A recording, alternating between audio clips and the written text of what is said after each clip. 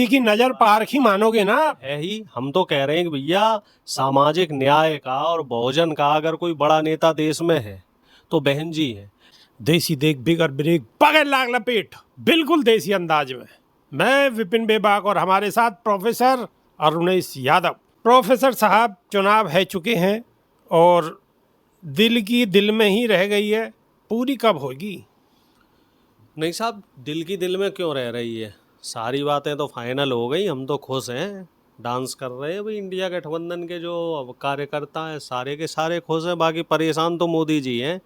इसीलिए इधर उधर सेल्फी खिंचवाते डोल रहे हैं, पूछ कोई रहा नहीं। अब बताओ, इटली गए, इतनी दूर क्या जरूरत थी सेल्फी खिंचवाने के लिए? यहाँ आप अच्छा, ये बात समझ में ना आई, इटली में क्या प्रोग्राम हो जब G7 को सदस्य भारत है नहीं? हाँ, इनविटेशन कोई आया नहीं, कोई फॉर्मल कोई इनविटेशन भी नहीं आया। ये तो वही बात हो गई कि साहब जैसे जब हम लोग स्टूडेंट लाइफ में हुआ बेगानी शादी में अब्दुल्ला दीवाना। स्टूडेंट लाइफ में है कि साहब कहीं दावत है, घर पे जो है कौन मैस की रोटी खाएगा या कौन घर पे जो है चून में हाथ देगा। चलो साहब वहाँ दावत में जाके अटेंड कर लेते हैं, बढ़िया से लत्ते पहरे और पहुँच गए वहाँ, दूल्हे के संग फोटो खिंचवाई, बढ़िया भोजन कर लिया। तो हमें लग रहा मोदी जी जो है इसीलिए गए थे वहाँ। जो मेलोनी जो उनकी जो है राष्ट्राध्यक्ष, उनके साथ फ़ोटो खिंचवाए, सेल्फी ली, 10-15 जो बड़े बड़े नेता है अलग अलग देश के, उनके साथ फ़ोटो खिंचवाई और आ गए। भैया बताओ, इतना पैसा खर्च कर दिया देश का सिर्फ 2 फोटो खिंचवाने के लिए। यहाँ मुझे नहीं लगता हमारे दर्शकों को उन फोटो की ज़रूरत थी। भाई क्या ज़रूरत थी उस चीज़ की? कोई देश के लिए कोई योजना लेके आते, कोई युवाओं के लिए कोई नौकरी की स्कीम लेके आते, कछु लेके आते, कछु दे के आते तो बात समझ में भी आती कि भाई इटली से कुछ लेके आए साहब। हाँ साहब, 2 कंपनी लेके आ गए इटली से, या फिर हमारे देश में आयात निर्यात का कोई नया जुगाड़ शुरू किया। और एक बात तो ये भी है कि वो गए तो इटली, लेकिन इटली वाली सोनिया गांधी तो यहीं बैठी हैं, तो कैसा काम चल जाता भाई इसीलिए तो इटली वालों ने बोला भैया तू काहे को आया है मामा यहाँ पे है। भाई इटली वाली को तुम यहाँ गाली देते हो। सोनिया गांधी जी के लिए अभी आपने देखा होगा कि प्रधानमंत्री जी ने जयपुर में एक रैली में किस तरह के शब्दों का इस्तेमाल किया, तो बड़ा ही जो है हमें लगता है कि वहाँ की जनता भी तो टीवी देखती है, तो उन्होंने भी देखा होगा। इसी वजह से हमें लग रहा कोई रिसीव भी करने नहीं पहुँचा, अकेले ही डोल रहे थे। तो चीज़ें जो है वो मेरे हिसाब से इस समय राजनीतिक मर्यादाएं सब गड़बड़ा रही हैं। अच्छा, एक सवाल और है, जब बसपा सुप्रीमो मायावती ईवीएम पे सवाल उठाए कर रही और कह कर रही कि ईवीएम के बंद होनी चाहिए या में गड़बड़ है या में लफड़ा है, तो हल्के में लाई जा रही बात। लेकिन अब आपके कांग्रेस के वरिष्ठ नेता राहुल गांधी, समाजवादी पार्टी अध्यक्ष अखिलेश यादव खुद कह रहे हैं कि ईवीएम में झोल है, ईवीएम में झोल है, ईवीएम में झोल है। और अब तो खुद बीजेपी के नेता ही महाराष्ट्र के वो कह रहे हैं कि इनके मिलान होना चाहिए या में गड़बड़ है। देखो, ये मांग तो शुरू से है। पहले मायावती जी ने, बहन जी ने इस बात को कहा था कि जो मशीन है, मशीन के साथ जो पर्ची आती है, वीवीपैट बोलते हैं, तो उनका मिलान होना चाहिए, रैंडमली मिलान होना चाहिए। लेकिन सुप्रीम कोर्ट ने उसे संज्ञान में नहीं लिया। जो कोर्ट के जज थे वो छुट्टी उट्टी पे चले गए क्या। लेकिन अब दुख इस बात का है, दुर्भाग्य इस बात का है कि आजकल सोशल मीडिया का ज़माना है और बहुजन समाज पार्टी या बहन जी सोशल मीडिया पे उतनी सक्रिय नहीं रहती हैं जितनी आजकल बाकी नेता हैं। और आजकल मामला क्या है कि जो नया यूथ है, यूथ वो रील वील और ये सब, इन सब चीज़ों में ज़्यादा रहे। तो मेरा आपके चैनल के माध्यम से आह्वान है कि भाई बसपा का कोई सीनियर लीडर अगर इस वीडियो को देख रहा है तो थोड़ा सा देखो समय के हिसाब से। ये मेरा एक निवेदन है भाई, स्वीकार करना ना स्वीकार करना आपके ऊपर है। समय के हिसाब से चीज़ों को बदलना चाहिए। मेरे हिसाब से बदलने में कोई बुराई नहीं है कि आप जो बात कह रहे हैं उस बात को जो है इसमें शॉर्ट वीडियो के या इस टाइप के फॉर्म में कहें, जिससे कि जो नया वोटर है ना, जो नए लड़के बहुजन समाज के हैं, उनको जल्दी समझ में आ जाता है।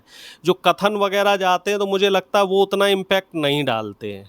अब आप देखो राहुल गांधी जी उसी बात मतलब सीधी सीधी बात ये है कि जैसे सरल भाषा में हम आपसे बात कर रहे हैं, बिल्कुल गांव की देहाती, बिल्कुल ठेठ भाषा में, तो आपकी समझ में आवे। आप लाइक करो, शेयर करो, ठोको। और मैं कहूँ जब या बात को कि भाई बीएसपी की कोई आरटी सेल ना, बीएसपी की आरटी सेल आप ही हो और हम ही हैं। हमने वीडियो बनाई, आपके पास पहुंची, आपने गट शेयर मार दियो, बस यही आरटी सेल को काम हो और कोई काम ही ना हो, बस यही काम हो। जी बिल्कुल सही बात है, यही मैं कह रहा। तो इस तरफ भी ध्यान देना पड़ेगा, और जब तक इस तरफ ध्यान नहीं देंगे तब तक कहीं ना कहीं बहुजनों की बात उतनी मुखरता से नहीं रखी जाएगी। अब एक चीज़ देखो, मेन स्ट्रीम मीडियम बहुजनों के कितने चैनल हैं, एम्प्लॉय तो वहाँ हो सकते हैं 5% 10%, लेकिन मालिक तो कोई भी नहीं है। ये बात तो राहुल गांधी ने भी कई बार जगह कही, अखिलेश यादव ने भी कई जगह कही, और इंडिया गठबंधन के तमाम नेता भी कहे। जब हमारे कोई न्यूज़ चैनल नहीं है, तो जो सोशल मीडिया का साधन है, यहाँ हमारे बहुत चैनल हैं बहुजनों के। सोशल मीडिया पे फेसबुक, ट्विटर, इंस्टाग्राम और यूट्यूब पे बहुत चैनल हैं।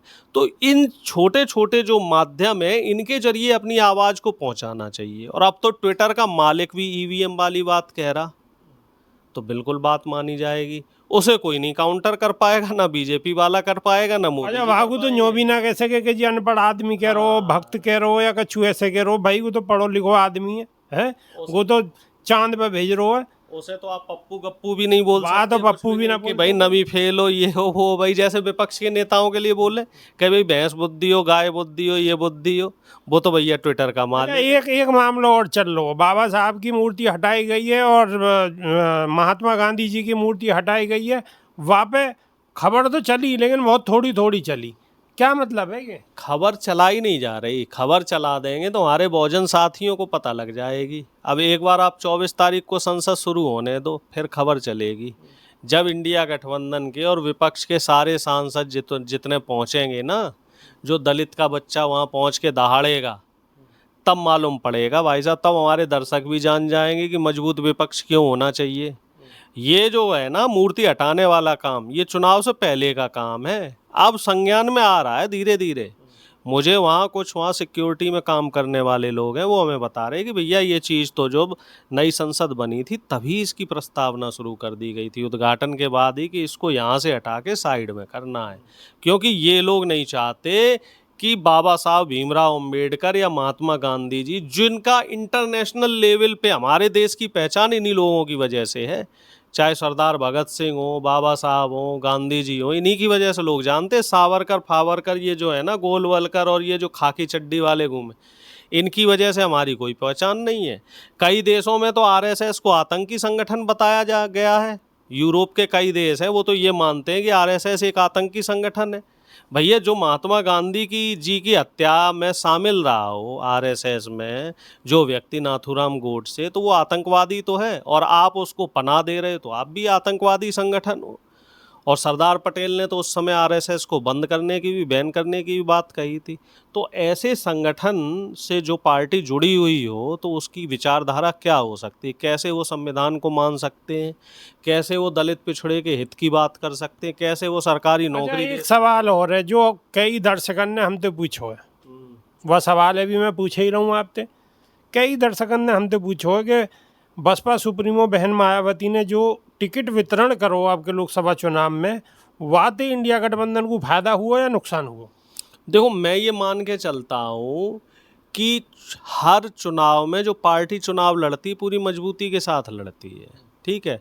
तो कई लोग ये बात कह रहे हैं कि बहन जी मजबूती से चुनाव नहीं लड़ी, या बहन जी के चुनाव लड़ने से इंडिया गठबंधन को नुकसान हुआ या बीजेपी को नुकसान हुआ। तो ये बातें जो है मेरे हिसाब से सब बेईमानी है, इन बातों का कोई मतलब नहीं है। हाँ, ये ज़रूर मैं कह सकता हूँ कि बहन जी के चुनाव लड़ने से या कैंडिडेटों के चुनाव लड़ने से इस बार इंडिया गठबंधन को कोई बहुत खास नुकसान नहीं हुआ है, क्योंकि जो बसपा का वोटर फायदा हुआ है। हाँ बिल्कुल फ़ायदा हुआ, क्योंकि जो बसपा का वोटर है था तो उसका स्पष्ट था। लो जी जहाँ एक सेकंड अब मैं आप दर्शकन को बता दूं जिन्होंने मैसेज करो हो और जिन्होंने फ़ोन करो हो। मैंने कांग्रेस के नेता हैं, इनसे बिल्कुल स्पष्ट पूछ लिया, इनको बिल्कुल स्पष्ट तौर पे कहना है कि हाँ फ़ायदा हुआ है। अब बहुत ज़्यादा तो गेहूँ ना कह सकें भाई, नन्हे गेहूँ पार्टी में नेता हैं, इनके भी ऊपर बहुत सारे लोग हैं। नहीं, देखिए ऐसा है, बसपा का जो कैडर का वोटर था तो उसका साफ था कि जहां बसपा नहीं जीत रही है तो वहां बीजेपी को हराने के लिए इंडिया गठबंधन को वोट दो। और वो जो संदेश था वो ऑफिशियली नहीं था, अनऑफिशियली था और कैडर लेवल पे था। और आप देखो दलित पिछड़ों ने, ज़्यादातर जो अति पिछड़े और अति दलित हैं, उन सब ने जो है इंडिया गठबंधन को वोट दिया। नहीं तो उत्तर प्रदेश में इतनी सीटें बीजेपी हारने का कोई मतलब ही नहीं था। बीजेपी तो भाई, यूपी तो बीजेपी का गढ़ है, बीजेपी तो ये मान के चल रही थी कि कम से कम 60 सीटें हमारी आएंगी, नहीं तो वो तो कई चैनल तो 70-70 का दावा कर रहे थे और इनकी सीटें 40 भी नहीं आ पाई।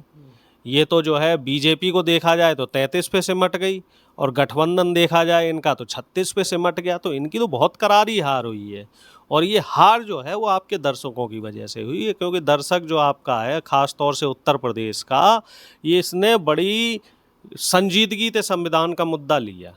अब यही जो और बाकी हिंदी बेल्ट है, चाहे वो आपका मध्य प्रदेश हो, हरियाणा हो, दिल्ली हो या फिर आपका राजस्थान हो, या जहाँ जहाँ अब ये चुनाव आने वाले हैं, तो वहाँ भी अगर ये संदेश 6 महीने तक चलता रहे तो हमें लगता है कि इसका फ़ायदा मिलेगा साहब।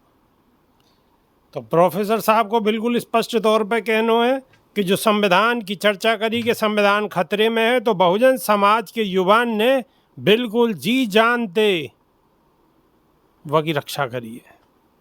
आप कैसा सोच रहे हो कमेंट के माध्यम से बताओ। नई वीडियो में बहुत जल्दी फिर प्रोफेसर साहब के साथ दोबारा रूबरू होंगे। जब तक के नहीं यहाँ देसी देख बिगर ब्रेक और बगैर लाग लपेट बिल्कुल देसी अंदाज में। बहुत बहुत धन्यवाद। नमस्कार जी नमस्कार।